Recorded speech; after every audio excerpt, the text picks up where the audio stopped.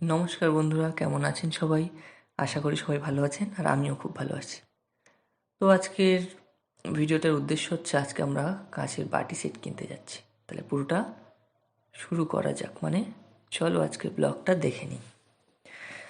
আজকে আমি ভাস্কর আর সৌরভ বেরিয়েছিলাম 5:30টার ট্রেন ধরে ক্যানিং যাওয়ার উদ্দেশ্য অনেকগুলোই, তবে একটা একটা করে দেখা যাক। এমনি আমাদের মাঝখানে কয়েকদিন দেখা হচ্ছিল না, গ্যাপ হয়ে গেছিলো, তাই আমরা চলে এসেছিলাম একটু আড্ডা দিতে এবং ক্যানিংয়ে একটা বিশাল বড় উদ্দেশ্যে। কোনো কিছু কারণ না থাকলেও আমরা একটু বাজার কলকাতা ঘুরতে পৌঁছে গেছিলাম। কিছু কেনার ইচ্ছে ছিল, কিন্তু গিয়ে জিনিসগুলো তেমন একটা ভালো লাগেনি। তাই দেখো কী কী কিনলাম। বাজার কলকাতা আসা মানেই একটা বড় অ্যামাউন্ট এমন নয়, অনেক কম দামেও অনেক কিছু পাওয়া যায়, কিন্তু ওই শীতের সময় ঠিক কম দামের জিনিসগুলো পরে মজা আসে না। যেমন একটা গেঞ্জি দেখেছিলাম 300 টাকার মধ্যে, কিন্তু সেই গেঞ্জিটা ঠান্ডার জন্য উপযুক্ত নয়, তাই সেটা নিলাম না। অনেক ঘুরে ঘুরে এদিক ওদিক চেষ্টা করলাম যে যদি কিছু একটা পছন্দ হয়ে যায়, কিন্তু পছন্দ হলে কি হবে, দামের সাথে অ্যাডজাস্ট হচ্ছে না, তাই নিয়ে চলে এসেছিলাম। তারপরেই আমরা চলে এসেছিলাম একান্ত আপনে ক্যানিংয়ের, যেখানটায় আমরা কিছু শোপিসও দেখলাম এবং কিছু গিফটও দেখলাম, যেটা হচ্ছে ভাস্করের জন্য।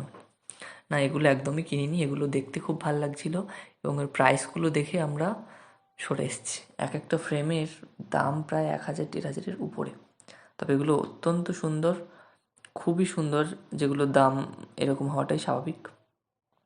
অনেকেই হয়তো এগুলো জানে, কারণ যারা ওখান থেকে কেনাকাটা করে তারাই জানবে এই জিনিসগুলোর দাম সত্যিই বেশি। তো আমরা কাঁচের বাটি সেট নিচ্ছিলাম, কেন সেটা পরে বলবো। তো আমরা কাঁচের বাটি সেট দেখছিলাম, এটাই পছন্দ হয়েছিল। বাটি সেট নয়, সরি, এটা গ্লাস আর মগের সেট। ততক্ষণ সৌরভ একটু ওই মেকআপ ফ্যানটা নিয়ে একটু কায়দা করে নিল। আমরা এখানে বিল করতে এসেছি। প্রাইসটা হয়তো দেখানো যাবে না কত টাকা, কিন্তু বিলটা ভাস্করের অনলাইন থেকেই পেমেন্ট করা হয়েছিল। আমি চেষ্টা করছিলাম যে একটু যদি বিলটা দেখানো যায়, তারপর ভাবলাম যে না থাক, কত দাম সেটা দেখে আর লজ্জা বাড়ানোর দরকার নেই।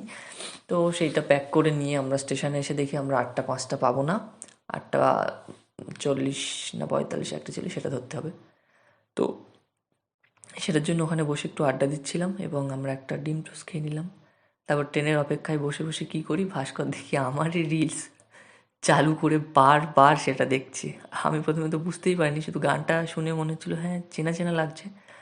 পরে ভাবলাম যে দেখি কী করছে, ওর ফোনের দিকে তাকিয়ে দেখি যে না, ও আমার ভিডিওটাই চালিয়ে বারবার দেখছে এবং আমাকে রাগানোর চেষ্টা করছে, যদিও আমি রাগিনি। তারপর আমরা ওই ট্রেনেই ফিরে আসি। তালদিতে ফিরে এসে আমরা একটু খাওয়া দাওয়া করেছিলাম, যেটা ভিডিও